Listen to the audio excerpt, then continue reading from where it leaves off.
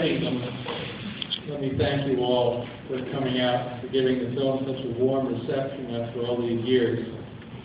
It does my mother's heart good.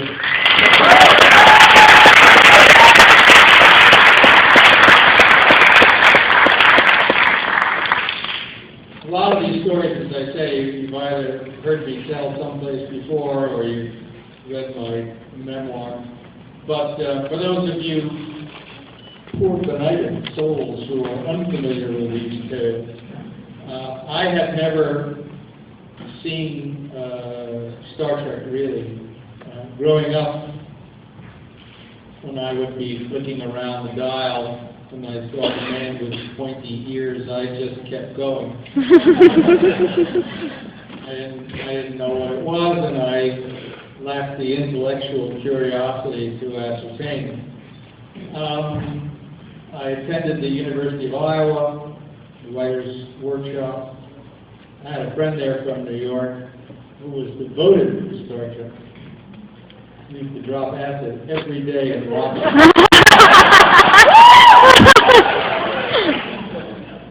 He did it for 54 days straight. His wife left him. Anyway, after my first film that I wrote and directed, which some of you may know, Time After Time, I was,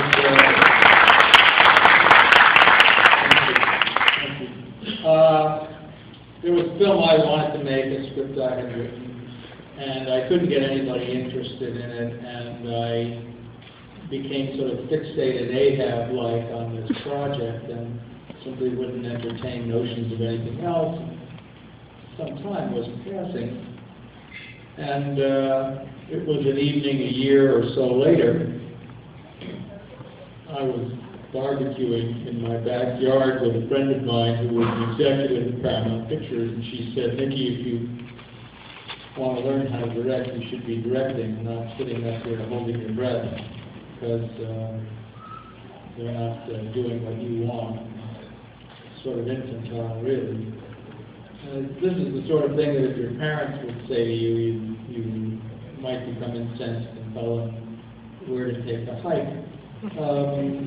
But coming from a disinterested friend, it sort of resonated, especially when she added, "You ought to go down and meet Harv Bennett at Paramount. He's been assigned to produce the second Star Trek movie, and I think you guys get along." And I said, "Star Trek is that man, one was a man with 20 years. And she said, "Don't be such a snob." And so I did go down to meet Harv Bennett,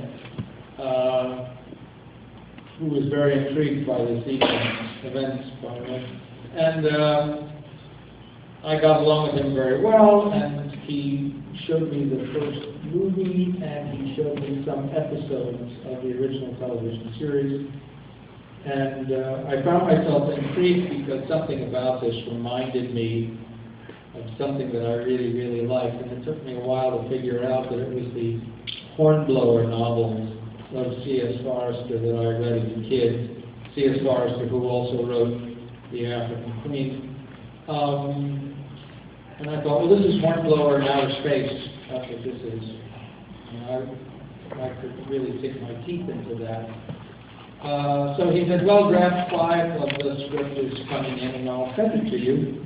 And I said, "Great, do that." And I, started fantasizing about what it would be like to do the space opera. And when I looked up, several weeks had gone by, and I hadn't heard from Mr. Bennett, so I called him at Paramount and I said, "Where's the script?" And he said, oh, I can't send it to you. Then he said something else which I won't repeat, and I said, "Well, okay, so draft 5 is right. What about draft 4? And he said, "You have to understand that these 5 drafts are simply 5 separate attempts to get a second Star Trek feature. They bear no resemblance to one another in terms of content." I said, well, you know, let me meet them. So a van drove up and unloaded a great many screenplays. I'm not a very fast reader, so I sat there and read through all of them, and then I invited him to come up and have a conversation with me. And I said, listen, here's my idea. Why don't we make a list of all the things that we like in these 5 scripts? It could be a plot, it could be a subplot, it could be a sequence, it could be a scene, it could be a character, it could be a line of dialogue. Let's make a list.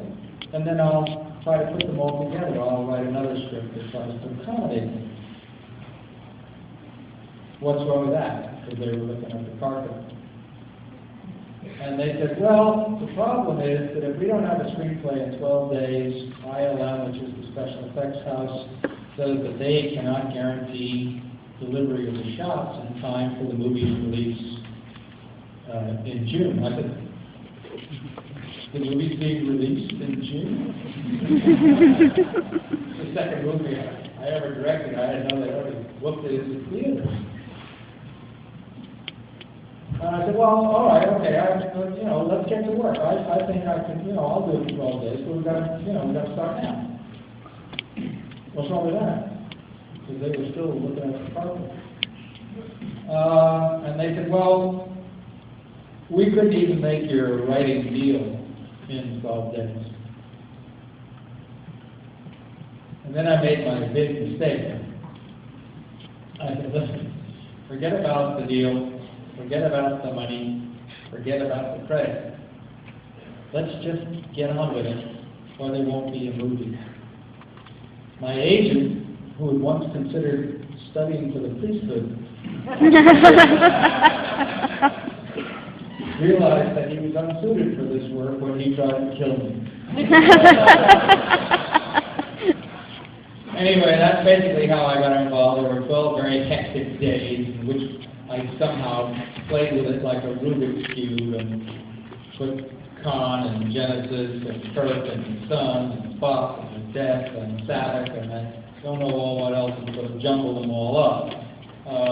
To give you a brief example, the simulator sequence occurred in the middle of, on page 40 or something, of one of the drafts, and didn't have Spock in it. And I took the simulator sequence and moved it to the beginning of the movie and stuck Spock in it and killed him off at the very beginning. Because what I discovered is that nobody remembers the first 5 minutes of any movie. Same thing happened when I did The Human Stain and killed off Anthony Hopkins and Nicole Kidman. Nobody remembered they were dead. And things like that. And that's a rather long-winded answer to the origins of my involvement. Well, we're actually going to do a Q&A now. 2 things. If you're up in the balcony, we can't tell you're up there. So come on down here. We've got microphones that are going to be passed around for everybody to ask questions. Just raise your hand.